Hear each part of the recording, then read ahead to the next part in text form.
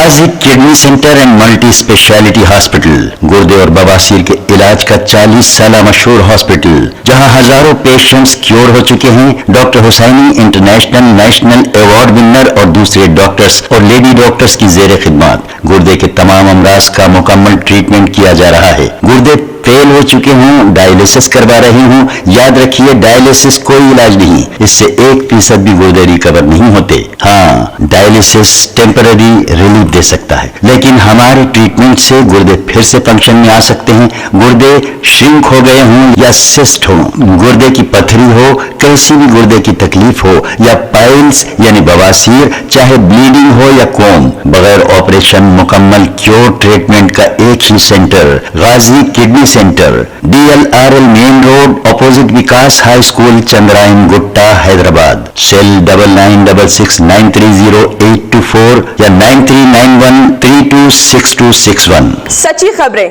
आप तक पहुंचाता है 7H न्यूज़।